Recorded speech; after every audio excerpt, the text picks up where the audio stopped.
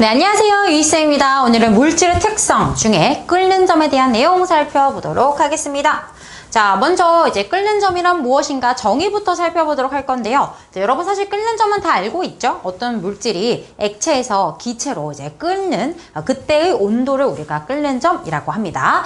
자, 그런데 끓는 점을 이렇게도 표현해 볼 수가 있어요. 액체 물질이 끓기 시작하는 온도라고도 할 수 있지만 끓는 동안에 일정하게 유지되는 온도를 끓는 점이라고 합니다. 즉 어떤 물질이 끓을 때에는 그 온도가 유지가 된다는 거예요. 계속 열을 가해도 그 온도가 유지가 됩니다. 그 온도, 끓기 시작하는 온도 또는 끓는 동안 일정하게 유지되는 그 온도를 우리가 끓는 점이라고 부르게 됩니다. 자, 그런데 이 끓는 점은요, 물질의 특성 중에 하나예요. 그 말은 무슨 말이죠? 이 끓는 점을 가지고 요 놈이 어떤 물질인지를 거꾸로 찾아낼 수 있다는 거예요. 그러려면 어때야 돼? 물질마다 다 달라야 돼. 자, 쌤이 여기 손바닥에 점이 있는데 이 점을 보고 아니 쌤이다 이렇게 찾을 수 있는 것처럼 물질마다 다 달라야지 우리가 이걸 가지고 찾을 수가 있겠죠. 그래서 물질의 종류에 따라서 끓는 점이 다르기 때문에 우리는 거꾸로 끓는 점을 보고 얘가 어떤 물질인지를 찾을 수가 있다라는 내용이 되겠습니다. 자, 그렇다면 같은 종류의 물질이라면 끓는 점이 같아야 되겠죠. 양과 관계없이, 양에 관계없이 일정해야지만 우리가 물질의 특성이라고 볼 수가 있겠습니다.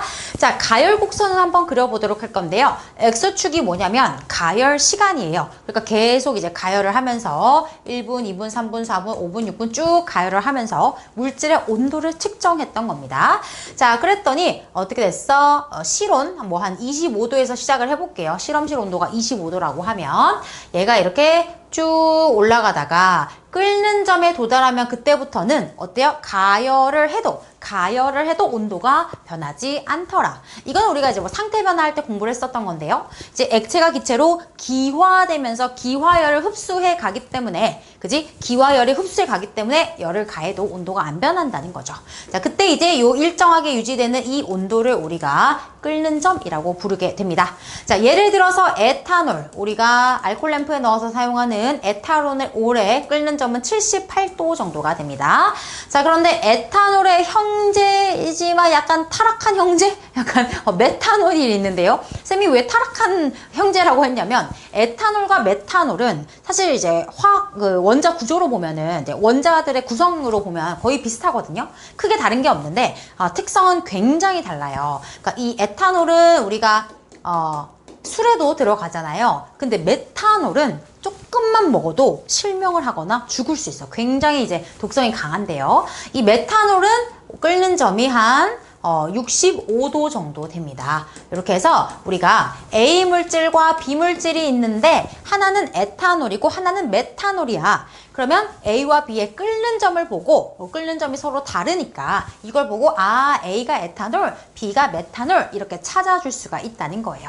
그래서 끓는 점은 에탄올이 좀 더 높고요. 나중에 여러분들이 좀 더 심한 내용을 공부하신다면 에탄올이 이 물질을 이루고 있는 탄소의 개수가 더 많기 때문에 더 끓는 점이 높다라는 내용 이제 나중에 또 공부하시면 되겠습니다. 지금은 뭐다? 물질의 종류에 따라서 끓는 점이 다 다르기 때문에 물질의 특성이라고 할 수 있다라는 게 바로 중요한 내용이 되겠습니다.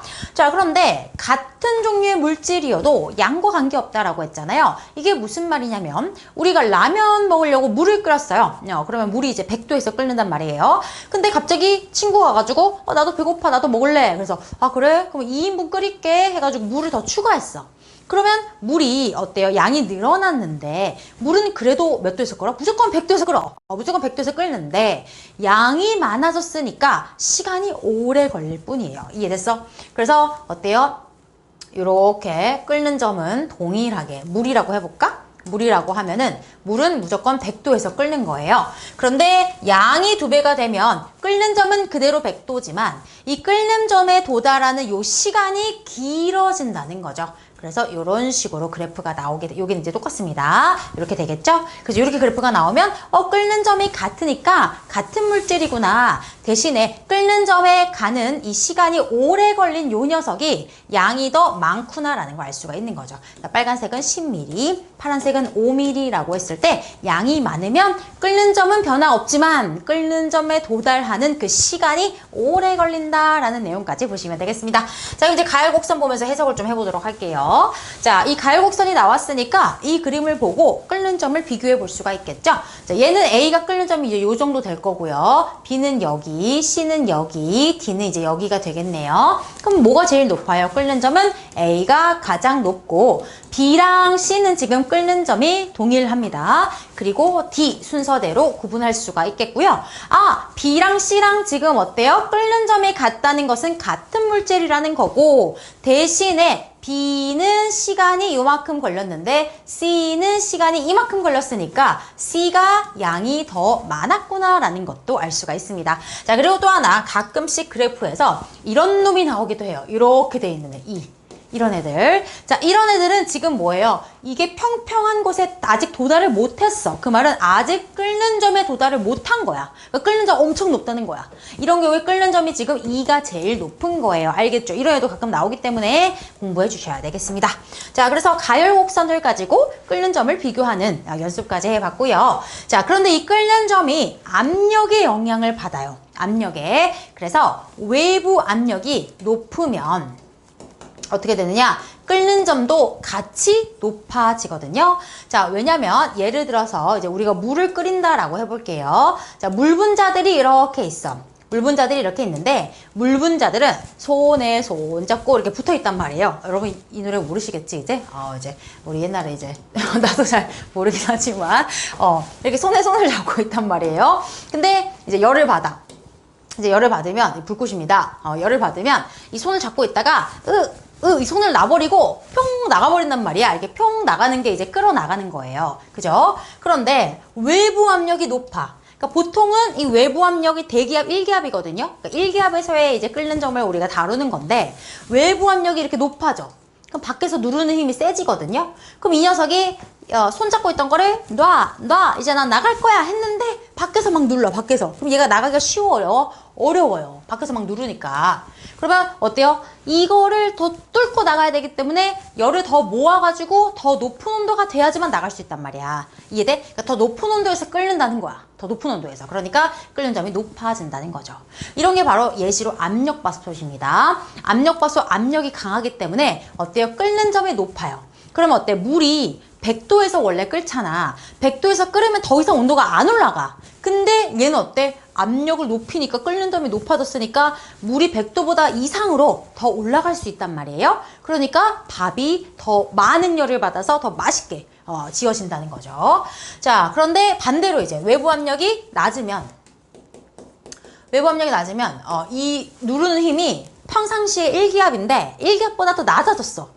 그럼 나는 그냥 슝 나갈 수 있잖아. 그러니까 열을 적게 받아도 슝 나갈 수 있기 때문에 더 낮은 온도에서 끌어나간다는 거예요. 그러니까 끓는 점이 낮아진다는 거죠.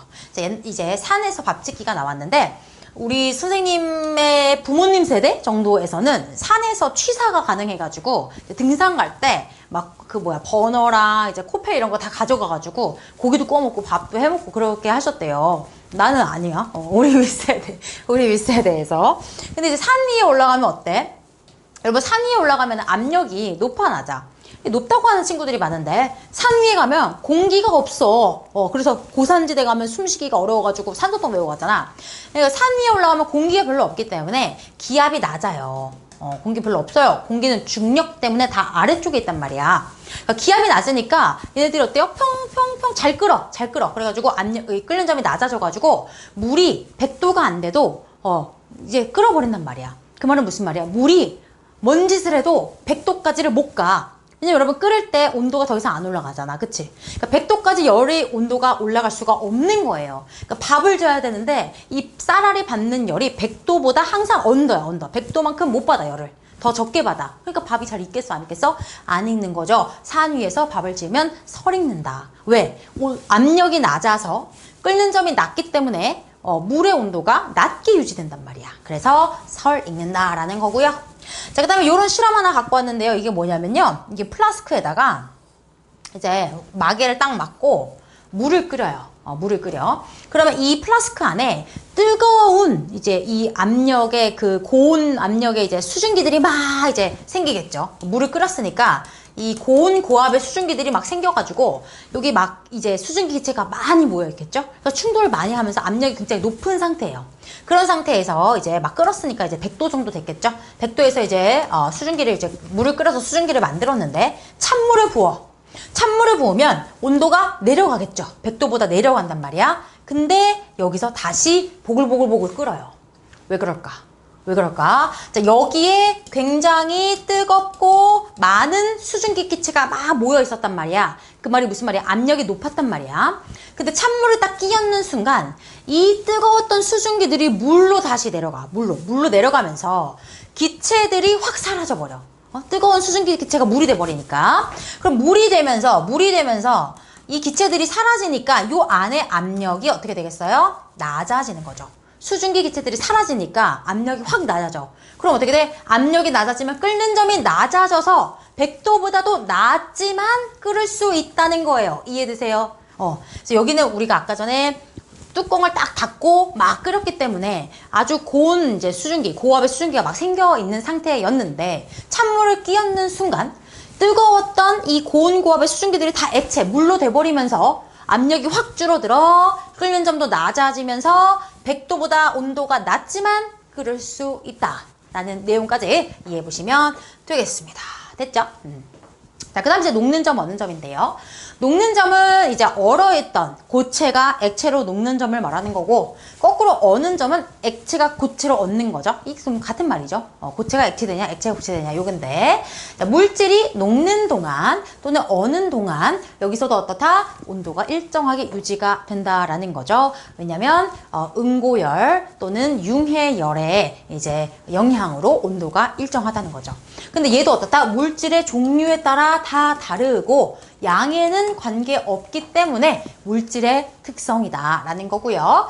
자, 같은 종류의 물질은 녹는 점과 어는 점이 같습니다. 무슨 말이냐? 물은 0도에서 얼고요. 얼음은 0도에서 녹습니다. 이게 같다는 얘기입니다. 같은 물이니까.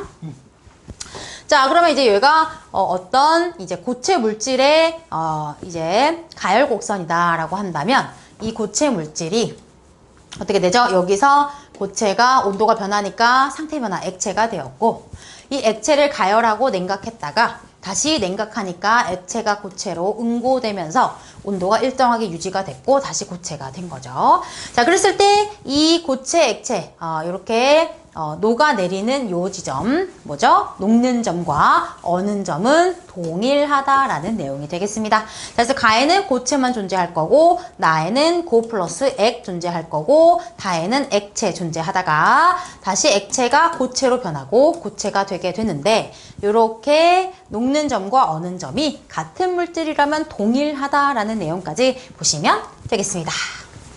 자, 그럼 이제 마지막으로 녹는 점, 끓는 점에 따른 물질의 상태 보도록 할게요. 자, 예를 들어서 이제 물을 기준으로 보면은 물은 이제 얼잖아요. 얼음이 어는 점이 이제 여기가 0도죠.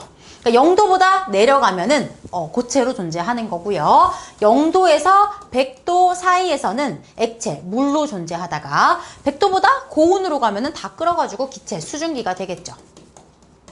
즉 끓는 점보다 끓는 점 우리가 영어로 boiling point라고 하거든요. 끓는 점보다 올라가면 기체인 거고 그 다음에 melting point라고 하거든요. 녹는 점, 어는 점 똑같죠? 여기보다 내려가면은 이제 고체가 되는 거고 녹는 점과 끓는 점 사이에서는 액체가 되는 거고 이렇게 되는 거죠.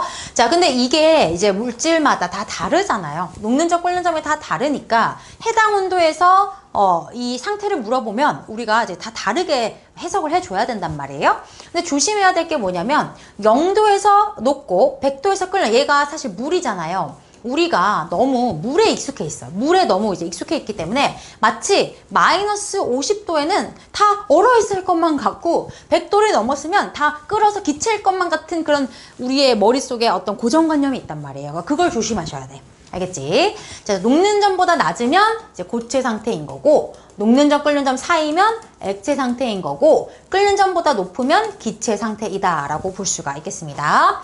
자, 예를 들어서 A 같은 경우에 이제 1084도에서 얼고 이제 2562도에서 끓는다 라고 했는데, 예를 들어서 이제 뭐 이렇게 볼까요? 50도에서의 상태를 찾아봐라. 그러면 우리가 물을 기준으로 우리는 잘 생각을 하니까 50도라면 요 사이에 들어가니까 액체예요 라고 하는데, A는 그럼 50도에서 액체냐 고체냐 물어보는 거죠.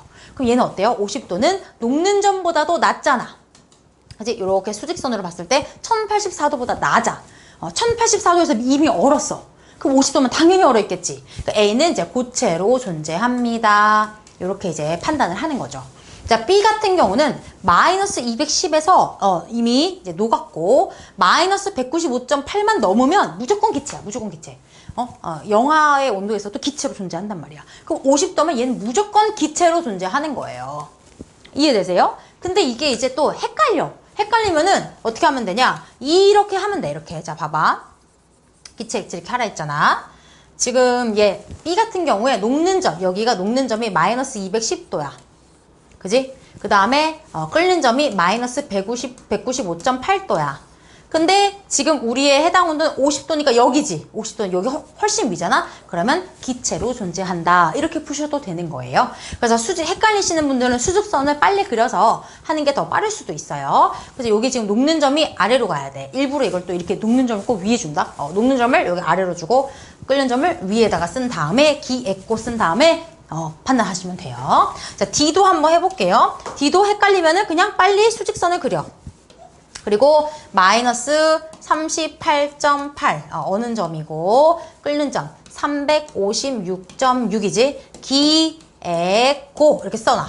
그 다음에 현재 온도가 몇 도야? 50도지. 그럼 50도면은 지금 어디야? 여기 50도 요 사이에 들어가겠네. 그러면 현재 상태는 액체다. 이렇게 여러분들 판단하시라는 겁니다. 됐어요? 그래서 우리가 항상 이제 물 기준으로 생각하는 게 버릇이 되어 있기 때문에 영하면 왠지 고체일 것 같은 그런 느낌이 들 수 있지만, 이런 애들은 영하의 온도에서도 기체로 존재하기 때문에 헷갈리시면 빨리 수직선을 표시하셔가지고 여러분 상태를 판단하시면 되겠다. 이렇게 공부하시면 되겠습니다. 이렇게 해서 우리가 오늘은 끓는 점의 특징에 대해서 살펴보았고요. 쌤이랑 또 다음 영상에서 다시 만나도록 하겠습니다. 고생하셨습니다.